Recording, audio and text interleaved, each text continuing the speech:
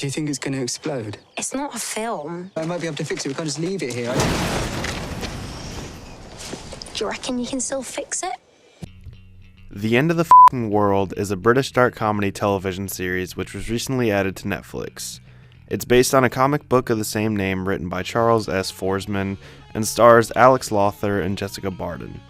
The show centers around the two main characters of James, a 17-year-old self-proclaimed psychopath who feels little to no emotions, and Alyssa, a 17-year-old classmate of James whose rebellious nature intrigues him. James has spent his childhood doing things like killing animals and injuring himself in the attempt to actually feel something.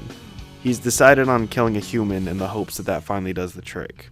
Alyssa, equally intrigued by James's disregard for society, wants to run away from home. When she asks James to join her, he sees it as the perfect opportunity to kill her, and the two begin a wild journey together. For lack of a better word, this show is special. It's 8 half-hour episodes, which I enjoyed thoroughly all in one sitting. It has great acting, an airtight script, beautiful cinematography, and you truly feel for all the main characters in this show. As it progresses, the show dives deep into flashbacks of both the main characters' childhoods, and all the pieces of the puzzle form together to create this clever little tragedy. By my description thus far, you might be wondering where the comedy lies.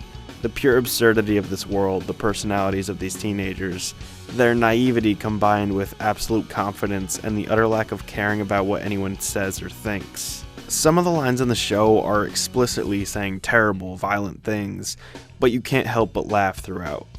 A little side note, one of my favorite things in the show is that we as an audience can often hear the inner thoughts of our two main characters.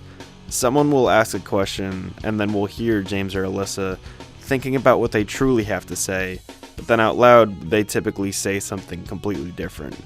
It often brings comic relief to these otherwise dark scenes, and also serves as a good reminder that these kids aren't always as cold-blooded as they might want to think they are. Something wonderful about this show is that while the story isn't exactly brand new, it still sets itself apart from anything like it. Some of the examples I bring up may just be coincidentally similar, but if they were influences for the writers and directors, this show does a good job of paying homage and not making carbon copies of its predecessors. The first thing the show reminded me of was Wes Anderson's 2012 film Moonrise Kingdom. Moonrise Kingdom shows two 12-year-old outsiders of society running away together. They have incredibly strange personalities, feel lost in the world, and use a strange amount of violence to make their getaway. Though they feel misunderstood, one of the people that understands them the most is a detective on the case trying to find them. Sound familiar?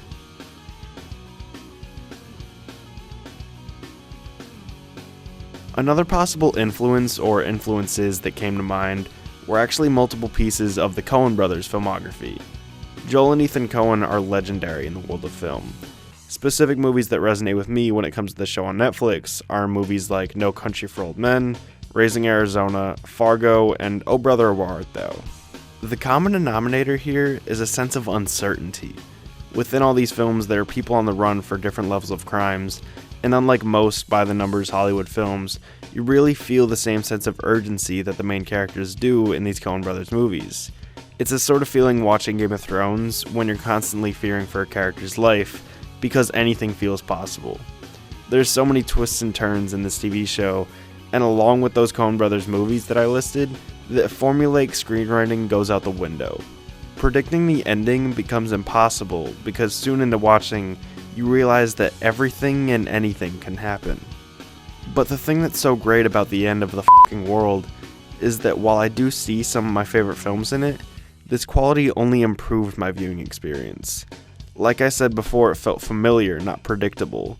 It takes this classic story of runaway kids trying to find themselves, all the while trying to survive in this crazy world, and made its own brilliant creative decisions. So when I think back on the show, yes, I may think about it like a darker version of Moonrise Kingdom. I might think about it like Raising Arizona for teenagers. It may be reminiscent of some of my favorite classic moments in film, but above all else, it's a very enjoyable watch and I highly recommend it.